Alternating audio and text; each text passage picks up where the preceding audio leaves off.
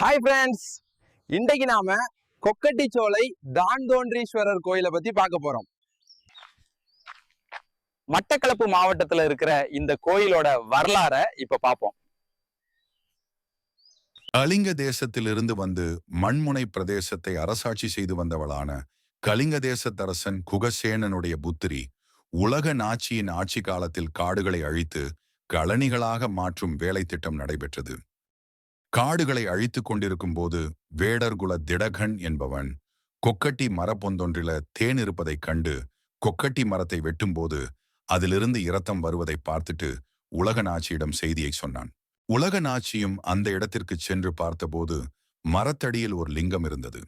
உலக நாச்சியார் அதை சிவலிங்கம் என உணர்ந்து ஆலயம் அமைத்ததோடு வடநாட்டு கொள்ளடத்திலிருந்து பட்டர் மூவரை வரவழைத்து பூசை நிகழ்த்தினாராம்.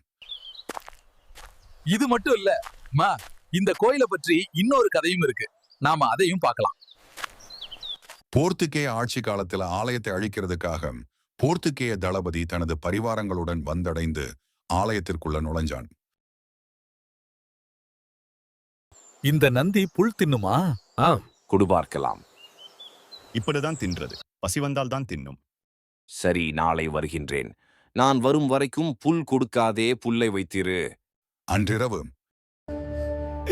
என்னை காப்பாற்றும் இறைவா.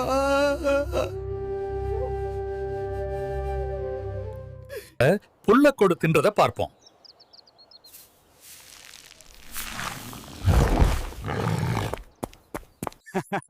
இதுதான் ஃப்ரெண்ட்ஸ் தான்தோன்றீஸ்வரர் ஆலயத்தோட வரலாறு.